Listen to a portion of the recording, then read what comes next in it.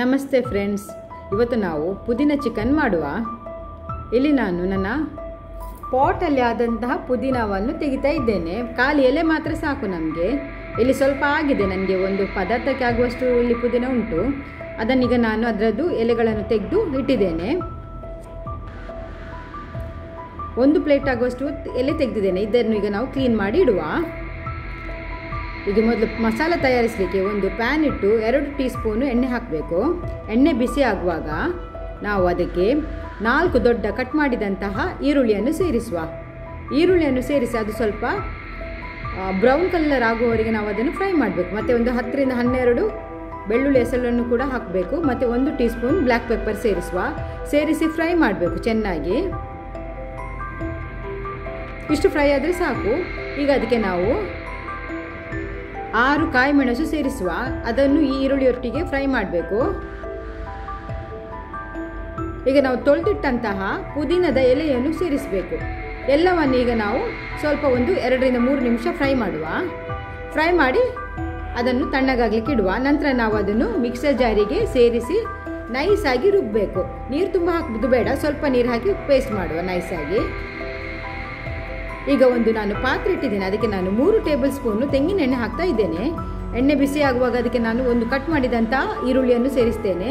ಮತ್ತು ಸ್ವಲ್ಪ ಕರಿಬೇವು ಸೊಪ್ಪು ಕೂಡ ಹಾಕಬೇಕು. ಅದನ್ನು ಇದರೊಟ್ಟಿಗೆ ಫ್ರೈ ಮಾಡುವ. ಈಗ ನಾನು ಕಟ್ ಮಾಡಿ ತೊಳೆದಿಟ್ಟಂತಹ ಚಿಕನ್ ಪೀಸನ್ನು ಹಾಕ್ತಾ ಇದ್ದೇನೆ. ಹಾಕಿ ಒಮ್ಮೆ ಮಿಕ್ಸ್ ಮಾಡುವ. ಮಿಕ್ಸ್ ಮಾಡಿದ ನಂತರ ಉಂಟಲ್ಲ, ನಾವು ಅದರ ಮುಚ್ಚಳ ಮುಚ್ಚಿ ಒಂದು 10 ನಿಮಿಷ ಮೀಡಿಯಂ ಫ್ಲೇಮಲ್ಲಿ ಅದನ್ನು ಬೇಯಿಸಬೇಕು. ಇಲ್ಲಿ ನಾನು ಇದಕ್ಕೆ 2 ಕಟ್ ಮಾಡಿದಂತಹ ಬಟಾಟೆಯನ್ನು ಸೇರಿಸ್ತೇನೆ. ಇದು ಆಪ್ಷನಲ್, ನೀವು ಬೇಕಿದ್ರೆ ಹಾಕಿ, ಇಲ್ಲದಿದ್ರೆ ಅದನ್ನು ಸ್ಕಿಪ್ ಮಾಡಿ. ರುಚಿಗೆ ತಕ್ಕಷ್ಟು ಉಪ್ಪು ಮತ್ತು ಅರ್ಧ ಚಮಚ ಅರಿಶಿನ ಪುಡಿಯನ್ನು ಸೇರಿಸಿ ಪುನಃ ಚೆನ್ನಾಗಿ ಮಿಕ್ಸ್ ಮಾಡಿ ಒಂದು 5 ನಿಮಿಷ ನಾವು ಮೀಡಿಯಂ ಫ್ಲೇಮಲ್ಲಿ ಬೇಯಿಸುವ. ಈಗ ಆಲ್ಮೋಸ್ಟ್ ಇದು ಬೆಂದಿದೆ. ಈಗ ನಾವು ಇದಕ್ಕೆ ಕಡ್ದಂತಹ ಮಸಾಲವನ್ನು ಹಾಕುವ. ಮಸಾಲ ಹಾಕಿ ಒಮ್ಮೆ ಚೆನ್ನಾಗಿ ಮಿಕ್ಸ್ ಮಾಡುವ.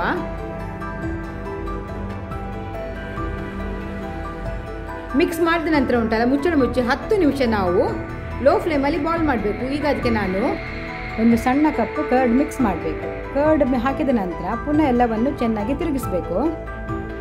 ಮಿಕ್ಸ್ ಮಾಡಿದ ನಂತರ ಉಂಟಲ್ಲ, ಹೆಚ್ಚು ಬಾಯ್ಲ್ ಮಾಡಲಿಕ್ಕಿಲ್ಲ, ನಂತರ ಪುನಃ ಕುದಿಸ್ಲಿಕ್ಕಿಲ್ಲ. ಒಂದು ಅರ್ಧ ಟೀ ಸ್ಪೂನ್ ಗರಂ ಮಸಾಲ ಕೂಡ ಈಗ ಈ ಟೈಮಲ್ಲಿ ಸೇರಿಸಬೇಕು.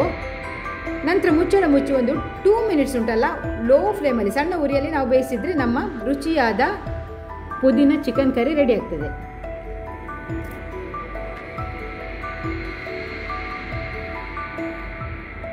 ಈ ಪುದೀನ ಚಿಕನ್ ಕೂಡ ಉಂಟಲ್ಲ, ಎಲ್ಲದಕ್ಕೆ ಸಹ ಸೂಟ್ ಆಗ್ತದೆ. ನಾನಿಲ್ಲಿ ಗೀ ರೈಸ್ಗೆ ಯೂಸ್ ಮಾಡಿದ್ದೇನೆ. ನೀವು ಅದನ್ನು ಗೀ ರೈಸ್ಗೆ ಸಹ ಮಾಡ್ಬೋದು. ರೋಟಿ, ಚಪಾತಿ, ನೀರು ದೋಸೆ, ಇಡ್ಲಿ ಯಾವುದಕ್ಕೂ ಕೂಡ ನಾವು ಅದನ್ನು ಒಟ್ಟು ಸೇರಿಸಿ ತಿನ್ಬೋದು. ಒಳ್ಳೆ ಕಾಂಬಿನೇಷನ್ ಎಲ್ಲದಕ್ಕೂ ಸಹ.